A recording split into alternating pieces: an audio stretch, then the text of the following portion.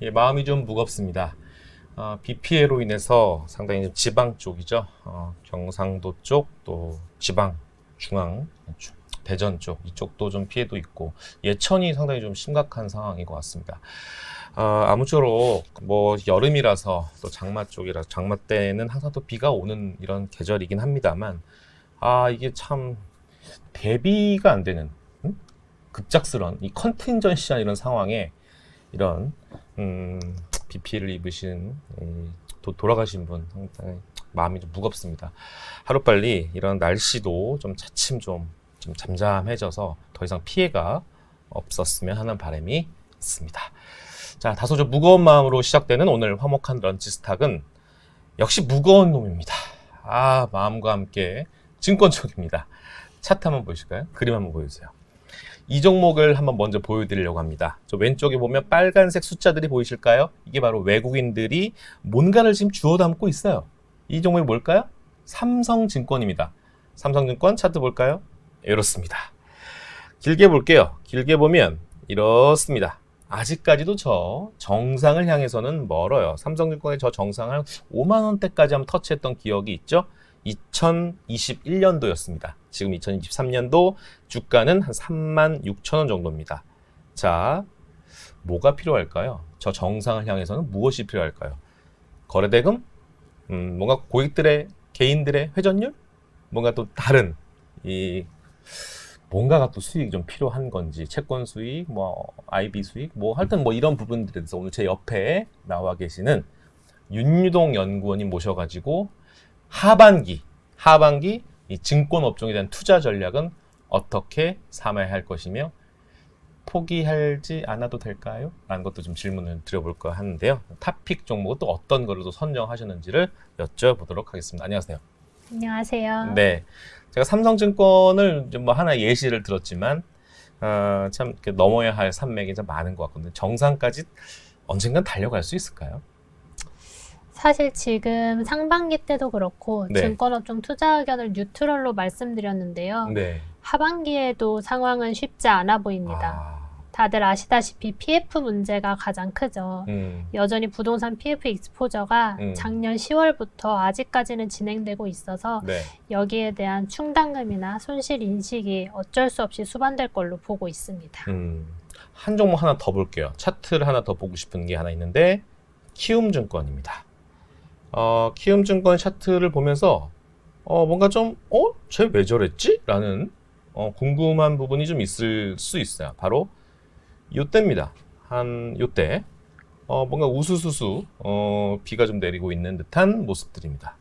4월 전체 시장이 급락장이 있었던 것도 아님에도 불구하고 키움증권의 이런 뭔가 이런 급격한 하락은 아무래도 CFD 이슈가 있지 않았을까. 연구님, 그 CFD 이슈에 대해서는 뭔가 좀 정부의 규제도 좀 필요한 거고, 그 기억나시죠? 키움증권에 대한 좀 약간 네거티브한 여론도 좀 있었던 걸로 기억이 나는데, CFD에 대한 그 리스크, 여전히 증권업종의 발목을 잡을 만한 하나의 이슈로도 계속 자리매김을 하고 있는 거라고 판단하십니까? 네, 맞습니다. 아까 키움증권 차트를 보시면 아시겠지만 급격하게 하락을 했죠. 특히 키움증권처럼 일반 개인 투자자들이 많은 고객사일, 증권사일수록 하락폭이 컸는데요. 네. 이 CFD에 대한 정부의 규제도 나왔습니다. 한 달여 전쯤에 정부에서 이제 CFD를 기존의 신용공여에 합산해서 자기 자본의 100%까지만 돈을 빌려줘라 네. 하는 그런 방침을 내놓았는데요. 예. 사실상 올해 2분기에 충당금을 쌓고 앞으로 시간이 지날수록 서서히 해결될 문제이지만 여전히 투자 심리 입장에서는 증권주에는 아직까지는 반영되고 있다, 이런 상황입니다. 그래도 NH투자증권이가 NH투자증권 차트는 한번 보고 싶습니다. 투자 의견을 강력하게 제시할 수는 없지만 NH투자증권의 차트도 이런 모습인데요. 저는 한 여기 있습니다. 저는 한 요쯤에 있습니다. 제가 여기 있다는 게 무슨 말이냐면, 제가 이 가격에 있어요. 그냥 회사를 사랑하는 마음으로, 어쨌든. 준비된 장표가 있거든요. 윤유동 연구원님께서 세미나 자료를 준비했어요. 이거를 보면서 하나씩 점검할 건데 요 장표 하나만으로 하반기 증권업종에 대한 투자 전략은 그냥 끝날 것 같습니다. 바로 싹 정리해 드릴 수 있는 장표를 바로 보여주시죠. 이거 설명 들어가시죠. 네. 첫 번째로 이제 증권사 하면 브로커리지 수익이 가장 먼저 떠오르시죠. 네. 그거에 대해서 설명을 해놓았는데요. 저희 국내 일평균 거래대금 추이를 보시면은 저 위에 있는 동그라미는 예전 코로나 때 한창 동학개미 운동이 가장 활발할 때가 거의 40조 원 이상으로까지 거래대금이 찍혔습니다. 그러다가 이제 점점 줄어들고 올해 상반기에는 2차 전지나 AI 로봇 이런 테마주들이 크게 부상을 하면서 30조 원대까지 터치를 했었는데요. 현재 그럼 하반기는 계속 올라가냐 하면은 쉽지는 않아 보입니다. 지금 많이 떨어져서 10조 후반대이다가 요즘에는 한 20조 원대 초반 정도 나오고 있는데 우리가 사실 1분기처럼 그렇게 2차 전지 붐이나 특정 테마가 뭐 크게 일어나지 않는 한은 이 정도 선에서 비슷하게 가지 않을까 생각을 하고 있고요. 또 오른쪽에 있는 거는 국내 주식 회전율 추이인데요. 네. 앞에서 봤던 지수가 P라고 하면 회전율은 한마디로 Q라고 생각을 하시면 돼요. 네. 회전율이 많을수록 거래대금도 올라가지만 현재 보면은 상반기에 크게 올라왔다가 꺾인 상황이라서 사실 한 20조 원대 초중반으로 이제 거래대금이 쭉 가지 않을까 생각을 하고 있습니다. 예. 지금 이제 왼쪽은 거래대금이고 이제 오른쪽은 회전율 추인데요. 그러니까 이 회전율이라고 하는 그 의미는 화면 좀 바꿔주시면요. 저희를 보여주세요. 그러니까 회전율이라는 거는 그러니까 긍정적인 회전율이 있잖아요. 그러니까 부정적인 회전율도 있고 이게 이제 브로커리지 수익률과 밀접한 부분인데요. 그러니까 이게 2020년, 2021년에는 뭐 누가 이런 얘기를 하더라고요. 다트에다가 이제 종목 쫙 이제 펼쳐놓고 무조건 사면 먹는다. 뭐 이런 상황이다 보니까 막 완전 이제 광풍이 일어나던 거죠. 그리고 주식이 어렵다는 것을 잘 피부로 와닿지 않으시고 되게 이런 게 투자구나. 투자 되게 쉽네. 계좌도 엄청 많이 생겼고 활동도 많이 하시고 그러다가 2021년 되면서 이야 이게 주식이구나. 그러면서 2022년, 2023년 무슨 열풍이 일었습니까? 2차 전기 에코프로가 10만 원서부터 100만 원까지 올라가면서 또 뒤늦게 따라붙는. 그리고 다시 또 거래량이나 회전율 많이 올라갔지만 뒤늦게 또 2차 전지 또 안 오른 것들도 잡았고 또 IT, 반도체, 제약바이오 이렇게 들어가다가 지금 비자발적 장기 보유자들이 상당히 많다 보니까 회전율도 좀 줄어드는 상황이고 주식의 어려움을 뒤늦게나마 깨닫고 후회하시고 정말 분통이 터지는 아마 개인 고객들이 상당히 많은 거로 판단이 됩니다. 자, 이런 상황에서 다음 장표 보면 자, 한번 업종에 대해서 판단이 될 근거가 있습니다. 보시죠. 아까 언급했던 CFD입니다. 네, 이제 브로커리지 수익 중에서 단순히 국내나 해외 주식뿐만 아니라 CFD 같은 파생 상품도 물론 포함이 됩니다. 예. 이 CFD가 한창 장이 좋을 때는 크게 상관이 없고 돈도 많이 벌어오는 그런 수익원이었어요. 맞아요. 그런데 이번에 문제가 터졌죠. 문제가 생긴 뒤로는 이제 이 CFD에 대한 규제가 들어갈 수밖에 없는데요. 아까 말씀드린 것처럼 자기 자본의 100% 이내로 신용공여와 합산해서 돈을 빌려줘라 이런 뜻이고요. 사실 밑에 차트 보시면 키움증권 같은 경우에는 워낙에 개인 고객이 많다 보니까 신용공여 비율이 90% 이상을 넘을 때가 많았어요. 네. 그런데 여기에다가 CFD까지 합산하면 앞으로 돈을 빌려줄 수 있는 룸이 그만큼 줄어드는 거죠. 결국에 증권사들이 브로커리지 수익에서 얻을 수 있는 게 그만큼 적어질 수밖에 없고 사실상 이 CFD 문제가 터진 뒤로는 대부분이 이제 신규 영업을 하지 않는 상황이라서 뭐 이쪽은 뭐 줄어들 수밖에 없는 그런 안타까운 상황이다 보시면 될 것 같습니다. 네. 차트 한번 보여주실래요? CFD의 종목에 대한 리스크들은 이렇게 나옵니다. 방금 연구원님께서 말씀하셨던 그러니까 장이 좋거나 종목이 상승할 때는 레버리지가 뭐 최대 10배까지 나올 수 있는 그런 속성이 CFD 계좌의 속성이거든요. 근데 신대양제지도 이런 모습들을 나타낸 게 CFD의 병폐이고요. 다올투자증권도 이렇게 쭉 한번 급락했었죠. 이런 것들. 뭐 유명한 회사죠. 삼천리. 이게 보이세요? 이게 뭐야 이게? 대단합니다. 선광이라는 종목도 기억나는데요. 선광이라는 종목도 이렇게 나옵니다. 이게 뭐예요? 16만 원, 17만 원 쫙 오르다가 지금 2만 원대 거래되네요. 이게 바로 CFD 계좌들의 병폐입니다. 물론 대형주 단에서는 뭐 DYPNF도 그렇고요. CJ 요즘 뭐 CJ 이때 한번 이슈가 한번 있었던 것들도 있었던 겁니다. 자, 다시 화면을 보여주세요. 이게 방금 이제 차트, 그 무서운 차트를 제가 보여드렸지 않습니까? 이게 CFD 계좌가 그만큼 무서운 그런 계좌다 보니까, 지금 정부나 제도 개선에 대한 안을 냈고, 한 8월 정도에는 뭔가 좀 구체화 될 거니까, 그런 부분들. 이게 사실 전문 투자자만 할 수 있는 거 아니겠습니까? 대부분이 그랬죠. 그러니까 전문 투자자들 CFD의 종목이 그 포지션에 대한 있고 없고에 따라서 이게 언젠가 한번 또 리스크가 또 불거지는 거 아닌가? 약간 좀 경종을 울릴 수 있는 그런 이슈가 되겠습니다. 다음 장면 보여주시죠. 무거운 얘기네요, 이거. 연구원님 부탁드립니다, 이거. 네, 최근에 이제 거의 1년 가까이 이제 가장 얘기가 많이 되고 있는 게 부동산 PF 문제죠. PF가 작년 10월에 레고랜드 이슈가 터진 이후로 지금까지 사실상 증권사 실적의 발목을 잡고 있다 보는데요. 왼쪽 차트 보시면은 주요 증권사별로 보유하고 있는 PF 익스포저입니다.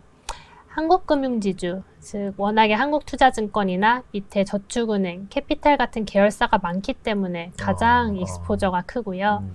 그 다음은 이제 우리가 잘 아는 메리츠증권, 원래도 부동산을 주로 중심으로 그렇죠. 영업을 해왔고, 그 다음이 뭐 삼성, 미래 이렇게 쭉 하고 키움증권이 가장 익스포저는 적습니다. 아무래도 브로커리지를 위주로 하는 회사다 보니까 가장 적은데요. 문제는 이 익스포저가 갈수록 줄어들어야 되는데 그게 쉽지가 않습니다.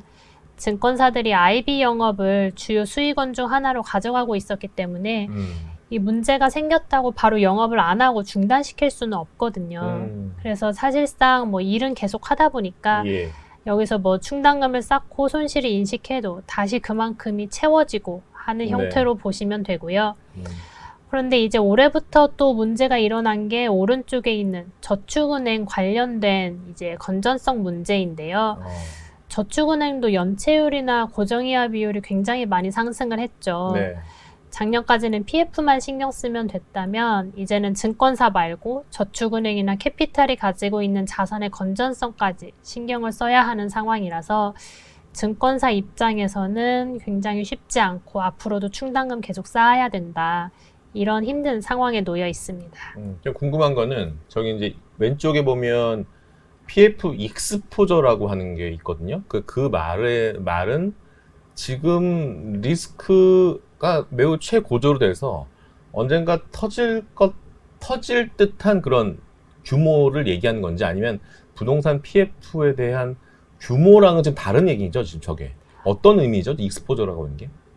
보통 증권사들이 PF 이제 프로젝트 파이낸싱을 할 때 보증을 서주거나 아니면 뭐 직접 대출을 해주거나 여러 가지 형태로 나가게 되는데요. 그것들을 모두 합산해서 이제 익스포저로 부르고 있습니다. 아직은 리스크가 터진 전체 총합 규모는 아닌 거고. 맞습니다. 리스크가 터질 수 있는 그런 이제 잠재적인 위험을 지니고 있는 규모라고 볼 수 있습니다. 그래서 이제 저축은행 고정 이하 여신에 대한 연체율 추이도 저렇게 올라가고 있는 듯한 움직임에서 최근에 그 MG 새마을 금고 이쪽도 좀 이슈가 있었던 상황인데 이런 부분들은 증권사들의 발목을 잡을 수 있는 그 유동성 위기가 있을 수 있는 하나의 요소인 것 같습니다. 유동이죠, 유동. 옆에 윤유동 연구원입니다. 참 재미없네요. 다음 장 보시죠. 야, 요게 이제 주요 증권사들을 쭉 한번 그 채무 보증 규모나 자기 자본 분의 채무 보증에 대한 비율을 나타내는 건데 저는 어떤 의미가 있는지 한번 표를 가지고 어떤 의미를 우리가 캐치할 수 있는 거죠? 그래서 이제 PF가 문제가 되다 보니까 그럼 어떤 지표를 봐야 하냐 많이 여쭤보세요.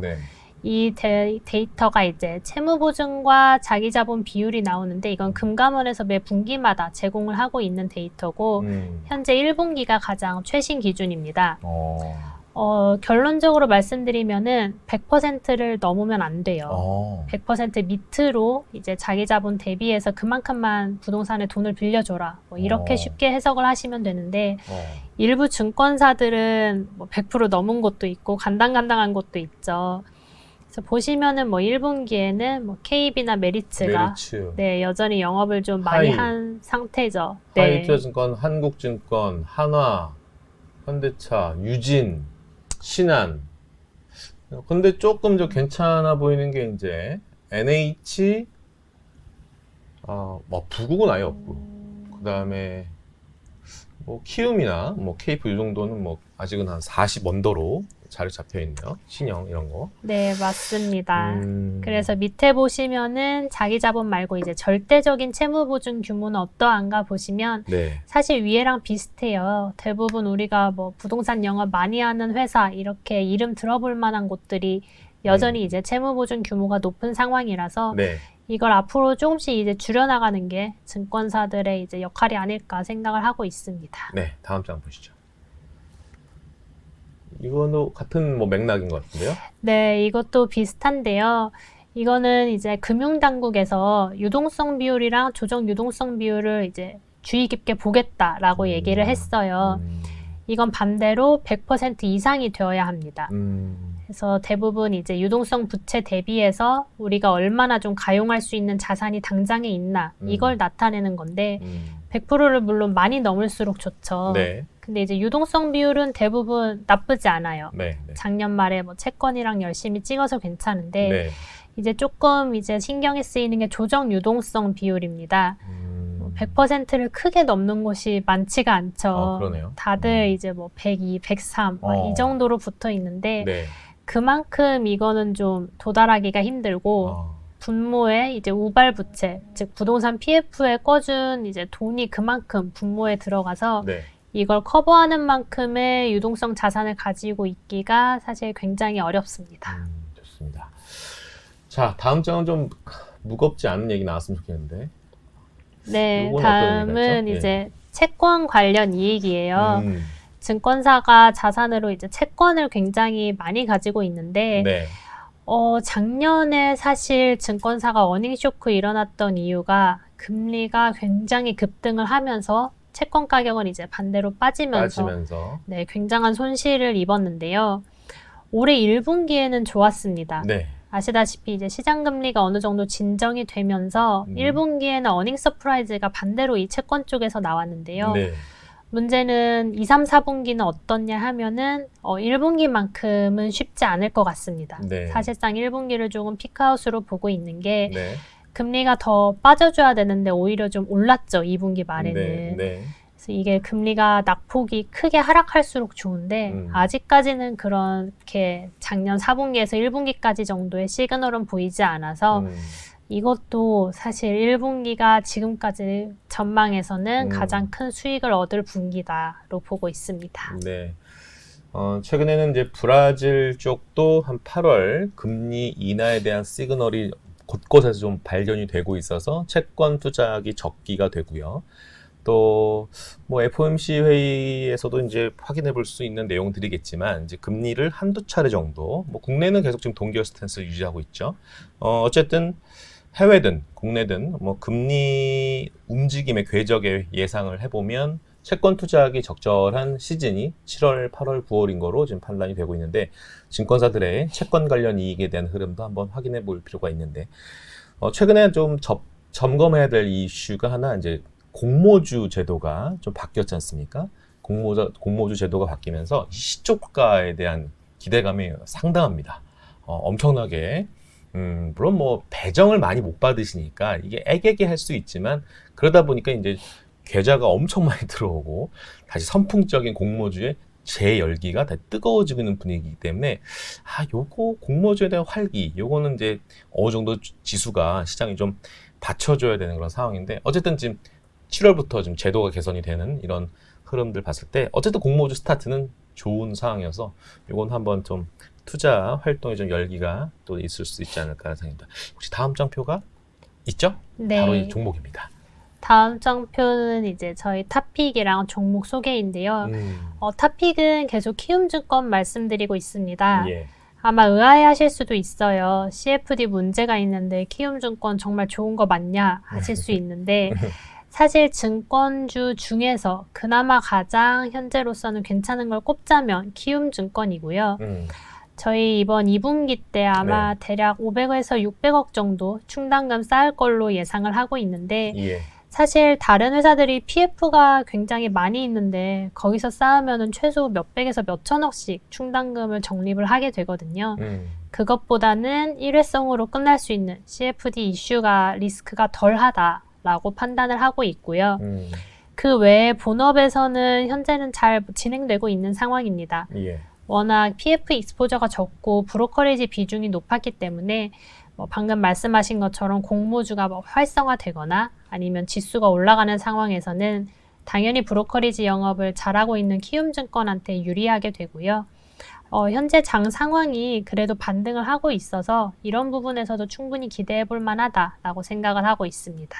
근데 저 맨 마지막 줄에 보면 발행어음 사업 진출을 계획했으나 현재로서는 추진하기 어렵다. 이게 뭐 요건에 해당되지 않아서 그런가요? 뭐 이게 왜 그러죠? 사실 요건에는 해당이 되었습니다. 요건에 해당이 돼서 원래 계획은 올해 연말까지 초대형 IB 지정을 받고 이제 발행어음 사업을 시작하는 게 목표였는데 예. 아시다시피 이제 CFD 이슈가 터지다 보니까 잠정적으로는 현재는 중단하고 있는 상황입니다. 예.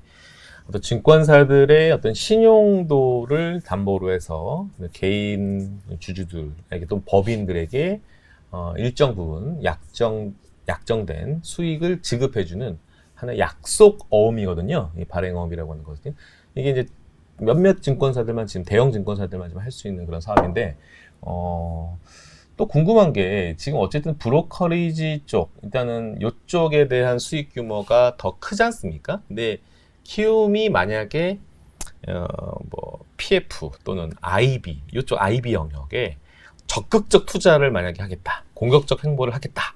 그러면 이게 기존 이 형님들 증권사들이 벌벌 떨 것 같다는 생각이 들거든요. 이런 움직임 좀 없나요? 아직은?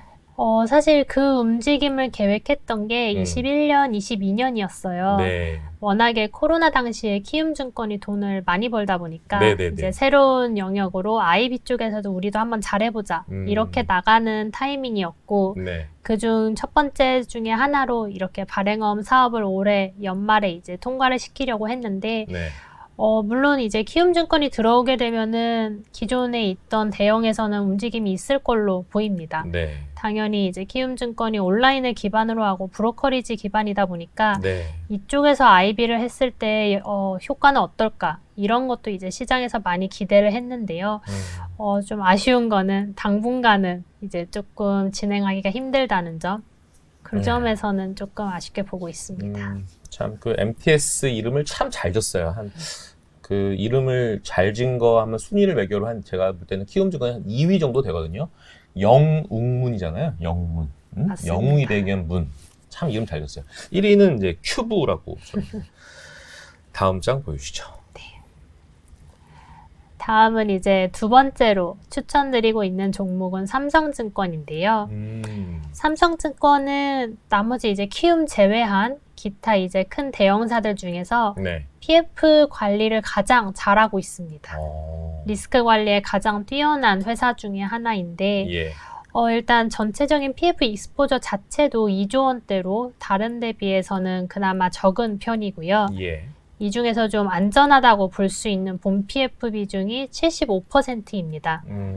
그나마 이제 나중에 혹시라도 문제가 생길 때 뭐 돌려받거나 그런데 이제 최대한 지장이 없는 상품이 더 많다 생각을 하시면 되고요. 또 다른 브로커리지 영역에서도 잘하고 있습니다. 네. 삼성증권의 가장 특징 중에 하나가 고액자산가가 많다는 건데요. 네. 그 고액자산가들이 해외 주식 투자를 많이 하거든요. 근데 이 해외 주식 MS가 최근에 토스증권이 많이 치고 올라오면서 다들 MS를 뺏겼는데 삼성증권 혼자서만 방어를 하고 있습니다. 네, 여전히 시장 점유율이 10% 중반에서 줄지를 않고 있어서 이 점에서도 나중에 시장 반등할 때 크게 이익이 날 수 있는 분야다라고 생각을 하고 있습니다. 예.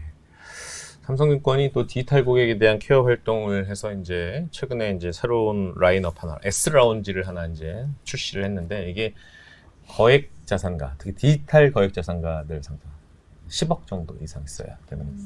근데 NH투자증권은요, 1,000만 원만 있어도 이 디지털 케어 서비스를 가입할 수 있는. 대단한 서비스입니다. 제가 너무 광고 많이 하는. 자, 결론을 한번 내볼까요? 증권주 결론은 아직은 현재 날씨와 같다. 그렇죠? 비가 계속 내리고 있고 흐릿한 날씨, 또 내일 또 비가 올 것 같은 또 두려움. 그게 또 제 생각에는 하반기에 어떤 들이닥칠 PF에 대한 익스포저가 확 문제가 생겨서 또 유동성 위기 막 이러면서 부랴부랴 또 금감원장이 또 증권사 사장단들 다 소집해가지고 이런 장면들이 나오면 또 불안하거든요. 그렇다고 해서 시장이 급격한 반등이 나오면서 다시 또 2021년, 2020년을 다시 또 재현할 수 있을 가능성은 크진 않아 보이고 담당하는 연구원으로서 하반기는 일단 좀 마음이 무거울 수 있을 것 같은데 지금 목표가를 선정한 거는 좀 오해할 수 있어요. 지금 키움증권은 지금 14만 원이죠. 삼성증권은 목표가가 지금 4만 4천 원이죠. 이 목표가라고 하는 건 이런 거예요. 그러니까 올해 꼭 갈 거야 이런 개념보다도 어느 정도 얘네들의 지금 밸류에이션이나 여러 가지 상황, 재무적인 상황도 고려했을 때 그 정도 갈 수 있는 체력은 된다라는 건데 기본적인 전제거든요. 근데 지금 여건상 들어보면 조금 좀 쉽지는 않아 보이는데. 네, 맞습니다. 사실 이게 저희가 이제 목표 주가를 산출할 때 기존에 이제 증권사들의 펀더멘털을 바탕으로 분석을 해서 산출을 하는데요. 사실 이렇게 매크로 환경이 요즘 너무 이제 급격하게 변하고 있잖아요. 예. 그런 상황에 있어서 좀 적절하게 보시면서 투자 판단하는 게 낫지 않을까라고 생각을 하고 있습니다. 예. 자, 어느 때보다도 포트폴리오가 중요한 계절입니다. 종목도 마찬가지고요. 상품 구성별로 그렇고요. 섹터에 대한 고른 배분에도 그렇습니다. 항상 한 바구니에 많이 담을 이런 생각하지 마시고요. 하지만 증권사들의 체력은 아직은 빨리 지금 런해야 돼, 도망가야 돼라는 그런 상황은 아닙니다만 이런 리스크적인 오늘 요인들을 오늘 점검을 했는데 저는 지금 안 살 것 같아요. 저는 지금 안 살 것 같고 어쨌든 뭐 한 가을 정도? 가을 정도? 모르겠습니다. 일단 뭐 상황을 좀 지켜보면서 또 윤희동 연구원님을 하반기 한번 더 모셔야 될 것 같아요. 뭔가 좀 트리거가 좀 필요한 구간이 생길 거라고 저는 생각이 들거든요. 그때 한번 다시 긴급하게 모셔가지고 그때 토픽은 또 유효한 건지 키움과 삼성인 건지 또 다른 또 새로운 라이징 스타 종목이 있는지도 한번 점검을 해봐야 될 것 같고요. 증권사들의 또 새로운 사업도 지금 진출되고 있는 것들이 또 곳곳에 좀 있거든요. 그런 것들에 대한 사업도 한번 점검을 해볼 예정입니다. 오늘 시작은 좀 무겁게 했습니다. BPL을 입으신 분들이 워낙 많으셔가지고 좀 마음이 무겁게 시작을 했는데 아무쪼록 빨리 좀 매듭이 빨리 져서 정상적인 삶의 회복을 기원하도록 하겠습니다. 오늘 화목한 런치스탁은 여기서 마치겠습니다. 감사합니다. 감사합니다.